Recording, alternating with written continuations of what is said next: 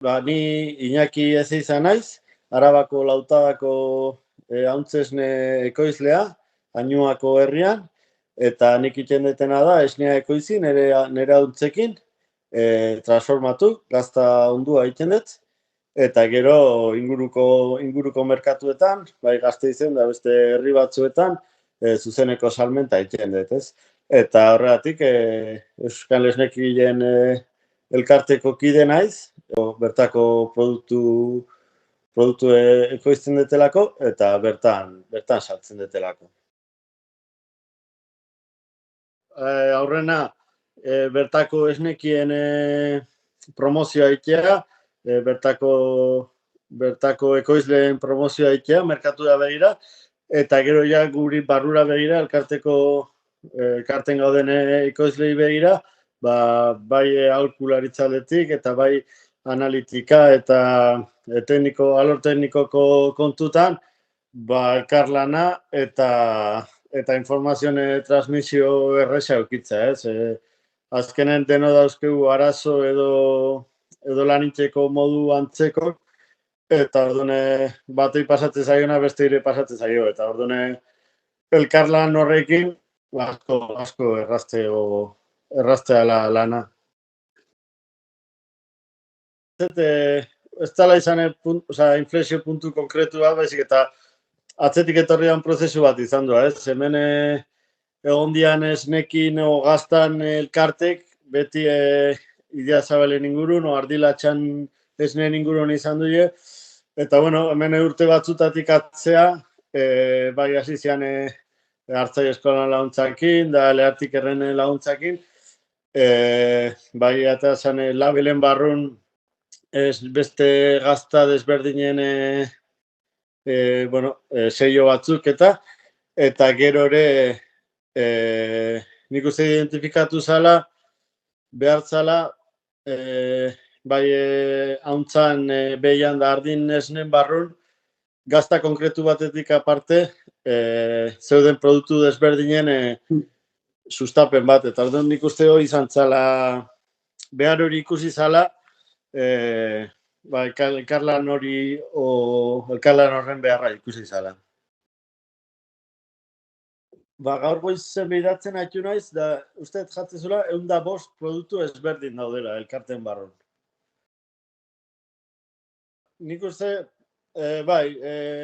erosteko ohiturak eta erosteko gazta o esnekin inguruko kulturare aldatzen ari dela, ez? Eta, bueno, mundu globalizatu baten bizigea, eta batez ere lekun gaudela, Frantzi ondon daukeu, da Frantzi izan da mundun esneki ezberdin gehien izan dituen herrialdea.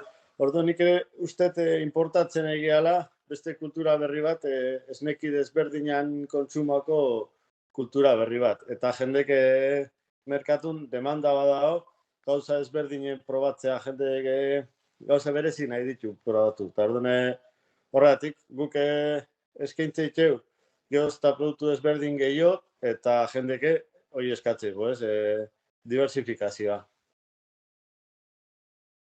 Hemen ezkenen elkarten barrun gaude, baserritarra nekazago abeltzainak geanak gure esnea produzitze dunak, eta bertako esnea erosi, eta transformatzeuenak badaude. Orduan, azkenen aberasgarri da ikuspuntu asko izateielako, ez da bakarrik ekoizleana.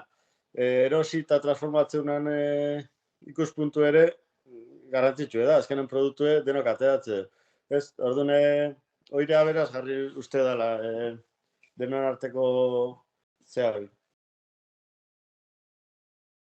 Zenbat gehan, ez dakit, seguru. Esango izkizut 30, baino asmatzen nahi nahi. Zer hori buruz ez dakit zenbat gehan. Baino, buelta hortan ikusten izango gehala. Eta, bueno, funtzionamendue, bilera ordinario batzuk eta egiteitzeu, eta gero problema izaten da, Euskal Autonomia Erkidegone oso zabalduta gaudela, ez? Eta denak batea juntatzea, beti komplikatu izatea. Baina, bueno, egiteitzeu, eta gero online WhatsApp taldetiken eta informazio transmisio handi da. Eta gero aparte, urte bete damakigu, ez damakigu asko, baino baina formakuntza saio batzuk eta inditxeu, eta hor alizan deunak han juntatu beha, ez?